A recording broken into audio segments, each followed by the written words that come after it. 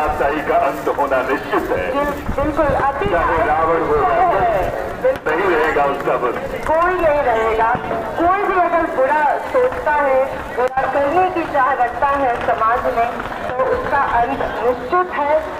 भगवान राम ने भी कुछ ऐसा ही सोचा था। भगवान राम के पास कोई नहीं था, लंका के पास तो उसकी पूरी सेना थी, सोने की लंका भी थी, लेकिन उसको भी वीर हनुमान जी ने मिनटों में ध्वस्त किया था। एक किले से दूसरे किले तक उनकी पूंछ में आग लगाने के बाद वह इधर उधर हो गए थे और सोने की लंका को भी जला दिया था। और उसी प्रकार वानर सेना से देखकर लंकापति को लगा था कि वह जीत ही नहीं पाएगा, लेकिन कहते हैं ना, दुश्मन का आकलन करना, कभी अंडरस्टिमेट नहीं करना चाहिए अपने दुश्मन को। तो अंडरस्टिमेट करने के क्रम में ही रावण हार जाता है और धीरे धीरे हम सभी लंका के राजा रावण को भी वध करने के लिए आ रही है। हमारी राम सेना और पूरी वानर सेना के साथ हमारी मर्यादा पुरुषोत्तम राम अपनी लंका पर विजय प्राप्त करेंगे और माता सीता को भी, माँ जानकी को भी मुक्त कराएंगे शोक वाटिका से। राम की कथा भारतीय जीवन दर्शन का आधार है।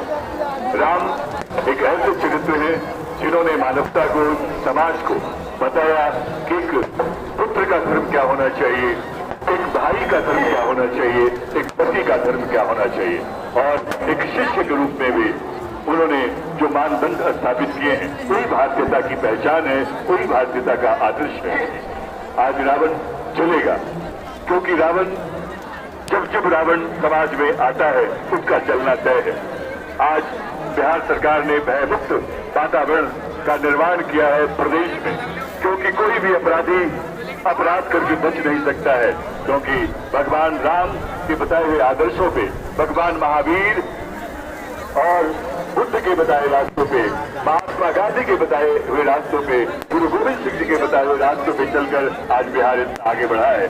आइए बिहार के इस विकास में हमारे माननीय मुख्यमंत्री जी, माननीय उप मुख्यमंत्री जी, एनडीए की सरकार का जो सहयोग रहा है, उसके लिए घनघोर तालियों के साथ समर्थन कीजिए आप सब कि आइए एक भयमुक्त वातावरण का निर्माण बना रहे बिहार में। बोलो सियापति रामचंद्र की। ये गूंजते रहना चाहिए। अधर्म पर धर्म की विजय हो रही है, बुराई का अंत हो रहा है, और ये अंत जब आतंक फैलेगा, अधर्म का जन्म होगा, इसका अंत तय है। और ये अंत जब भी होता है, श्री राम का जय घोष भी होगा। बोलो सियापति रामचंद्र की, बोलो सियापति रामचंद्र की।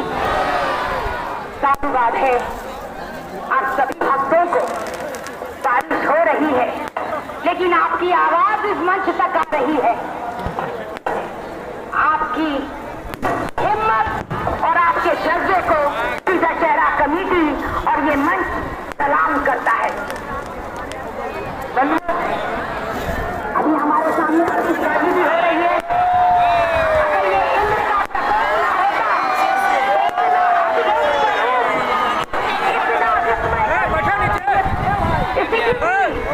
ये जब सूखा माहौल रहता, तो चारों तरफ जिस तरह से आतिशबाजियों की व्यवस्था की गई थी और ये पुतले का निर्माण किया गया था एक नए ढंग से,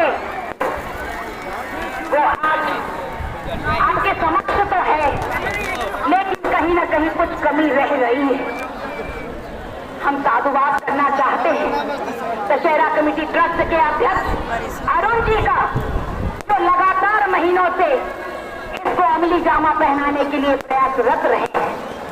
चेयरमैन कमल लोपानी जी का, संयोजक मुकेश जी का,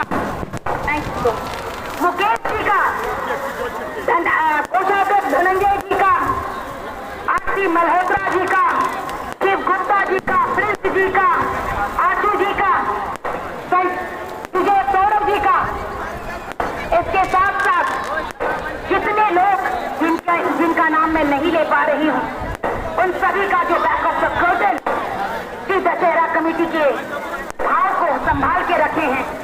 हम सभी का इस मंच से इसके बाद हम मंच से आभार व्यक्त करना चाहते हैं। अपने धन्यवाद ज्ञापन के लिए सुजय सौरभ जी को मंच पर आमंत्रित करना चाहेंगे। रावण वध समारोह में धन्यवाद ज्ञापन हेतु मैं श्री सुजय सौरभ जी को मंच पर आमंत्रित करना चाहूंगी। हृदय से करना चाहते हैं कि आप आकर के आपने 4 चांद लगाया है और हम हृदय से